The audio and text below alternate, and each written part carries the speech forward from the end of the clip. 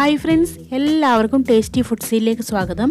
ഇന്ന് ഞാൻ വന്നിരിക്കുന്നത് ഒരു ലഡുവിൻ്റെ റെസിപ്പി ആയിട്ടാണ്. ഇനി അങ്ങോട്ട് ക്രിസ്മസ് ആണ് വരാൻ പോകുന്നത്. അതുകൊണ്ട് തന്നെ എല്ലാവരും പലതരത്തിലുള്ള പല വെറൈറ്റി ആയ കേക്കൊക്കെയാണ് പരീക്ഷിച്ച് നോക്കുന്നത്.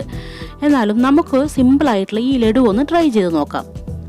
അതിനായിട്ട് ഒരു പാൻ ചൂടായി വരുമ്പോൾ അതിലേക്ക് 1/2 കപ്പ് സൺഫ്ലവർ ഓയിൽ ഒഴിച്ചു കൊടുക്കാം.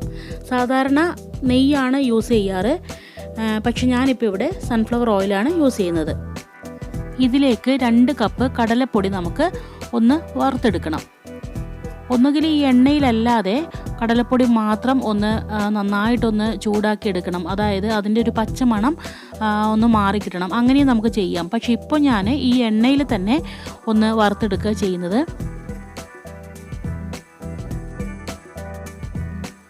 ഹൈ ഫ്ലെയിമിലൊന്നും അല്ലാതെ ലോ ഫ്ലെയിമിൽ വെച്ചുകൊണ്ട് തന്നെ ഈ കടലപ്പൊടിയുടെ പച്ചമണം മാറ്റിക്കൊണ്ടുവരാൻ വേണ്ടി നമ്മൾ നോക്കണം.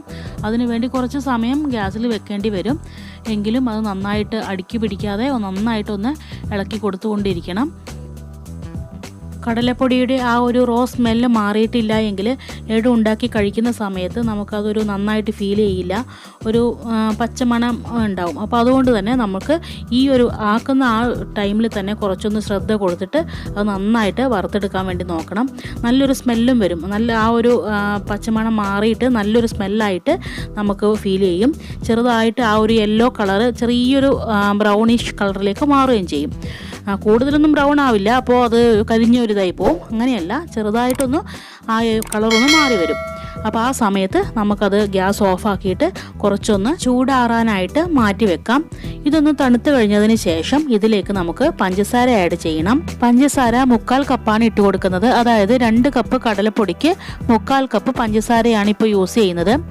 ഈ ഒരു യെല്ലോ കപ്പ് എന്ന് പറയുന്നത് 1/4 കപ്പിൻ്റെ അളവാണ്. അപ്പോൾ 1/4 കപ്പിൻ്റെ ആയിട്ടുള്ള ഒരു മെഷർമെൻറ്റ് എൻ്റെ അടുത്ത് ഇല്ലാത്തത് കൊണ്ട് ഈ 1/4 കപ്പിൽ 1/4 കപ്പ് അളന്നിട്ടാണ് ഇപ്പോൾ പഞ്ചസാര ഇട്ട് കൊടുക്കുന്നത്.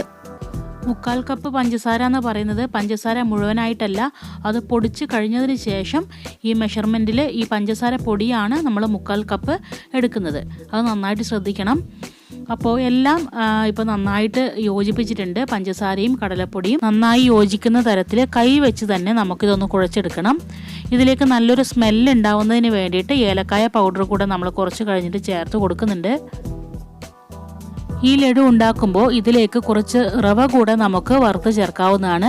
പക്ഷേ ഇപ്പോൾ ഞാൻ ഉണ്ടാക്കുന്ന സമയത്ത് മെയിൻ ഇൻഗ്രീഡിയൻ്റായ കടലപ്പൊടിയും അതുപോലെ തന്നെ പഞ്ചസാരയും ഏലക്കാപ്പൊടിയും മാത്രമേ ചേർക്കുന്നുള്ളൂ. ഏറ്റവും സിമ്പിളായിട്ടുള്ള ഒരു രീതിയാണിത്. ഇനി നമുക്ക് ഇതിലേക്ക് നല്ലൊരു സ്മെല്ലിന് വേണ്ടിയിട്ട് കുറച്ച് ഏലക്കായ പൗഡറും കൂടി ചേർക്കാം. നന്നായിട്ട് അതും കൂടെ ഒന്ന് മിക്സ് ചെയ്ത് കൊടുക്കാം.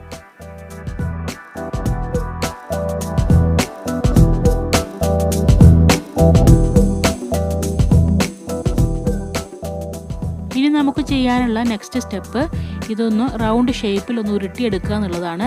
ഇത് വളരെ ഈസി ആയിട്ട് തന്നെ ചെയ്യാൻ പറ്റും. കാരണം ആദ്യം തന്നെ നമ്മൾ എണ്ണയൊക്കെ ഒഴിച്ചിട്ടാണ് ഇത് വറുത്തെടുത്തിരിക്കുന്നത്.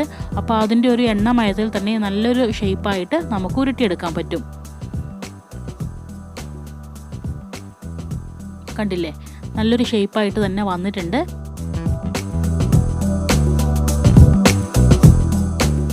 അങ്ങനെ രണ്ടാമത്തെ ലഡു ഇവിടെ റെഡി ആയിട്ടുണ്ട്. ഈ ഒരു പാത്രത്തിൽ മുഴുവൻ നമ്മൾ ലഡു ഇങ്ങനെ റെഡിയാക്കിപ്പോൾ വെച്ചിട്ടുണ്ട്. ഇപ്പോൾ എത്ര ലഡു കിട്ടിയിട്ടുണ്ടോ നോക്കാമല്ലോ. 11 ലഡുവാണ് നമ്മൾ ഈ ഒരു അളവിൽ ഉണ്ടാക്കിയിരിക്കുന്നത്. 11 അല്ല, ഒരു ചെറിയൊരു ലഡുവും കൂടി ഉണ്ടായിട്ടുണ്ട്. അത് ഞാൻ ഇപ്പോൾ ഇവിടെ വെച്ചിട്ടില്ല എന്നേ ഉള്ളൂ. അപ്പോൾ ഈ ഒരു അളവിൽ ഇത്രയും ലഡുവാണ് നമുക്ക് കിട്ടിയിരിക്കുന്നത്.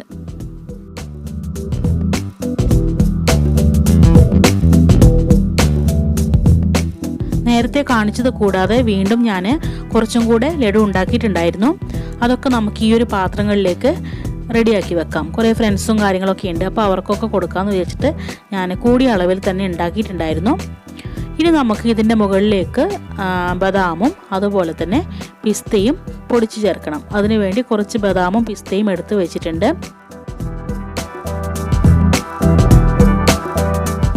ഇപ്പോൾ ബദാമും പിസ്തയും ഒന്ന് ക്രഷ് ചെയ്ത് കൊണ്ടുവന്നിട്ടുണ്ട്. നന്നായിട്ട് അങ്ങ് അരഞ്ഞു പോകരുത്, ജസ്റ്റ് ഒന്ന് ഇങ്ങനെ ഒന്ന് ആക്കിയെടുക്കുക. ഇനി ഇത് രണ്ടും കൂടെ ഒന്ന് മിക്സ് ചെയ്തിട്ട് നമുക്ക് ഈ ഓരോ ലഡുവിൻ്റെ മുകളിലും ഒന്ന് വെച്ച് കൊടുക്കാം. ചെറുതായിട്ടൊന്ന് ലഡു കഴിക്കുമ്പോൾ അത് കടിക്കാനും കിട്ടും. അപ്പോൾ നല്ലൊരു ടേസ്റ്റ് ആയിരിക്കും.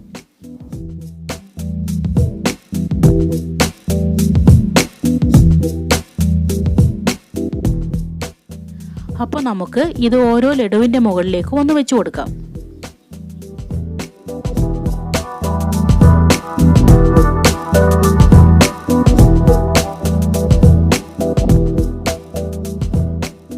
അപ്പോൾ എല്ലാ ലഡുവിൻ്റെ മുകളിലേക്കും ഇത് ഞാൻ വെച്ച് കൊടുത്തിട്ടുണ്ട്. നല്ലൊരു ടേസ്റ്റാണ് ഇത് കഴിക്കാൻ വേണ്ടിയിട്ട്.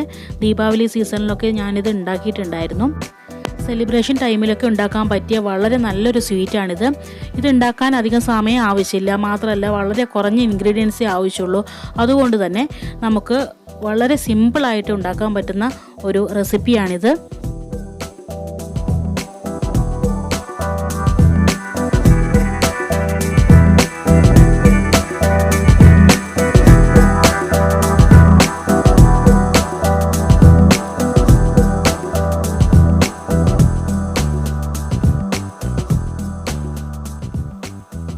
അപ്പോൾ എല്ലാവരും ഇതൊന്ന് ഉണ്ടാക്കി നോക്കുക, അഭിപ്രായങ്ങൾ അറിയിക്കുക. വീഡിയോ ഇഷ്ടപ്പെട്ടാൽ ലൈക്ക് ചെയ്യുക, ഷെയർ ചെയ്യുക. അതുപോലെ തന്നെ എൻ്റെ വീഡിയോ ആദ്യമായിട്ടാണ് നിങ്ങൾ കാണുന്നതെങ്കിൽ സബ്സ്ക്രൈബ് ചെയ്യുക. കൂടെ കാണുന്ന ബെൽ ബട്ടൺ കൂടെ ഒന്ന് പ്രസ് ചെയ്ത് വെക്കാൻ വേണ്ടി ശ്രമിക്കുക. അങ്ങനെ ആവുന്ന സമയത്ത് ഞാൻ അപ്ലോഡ് ചെയ്യുന്ന വീഡിയോസ് എല്ലാം നിങ്ങൾക്ക് അപ്പോൾ തന്നെ ലഭിക്കുന്നതായിരിക്കും. അപ്പോൾ അടുത്ത വീഡിയോയിൽ കാണുന്നവരെ താങ്ക് യു.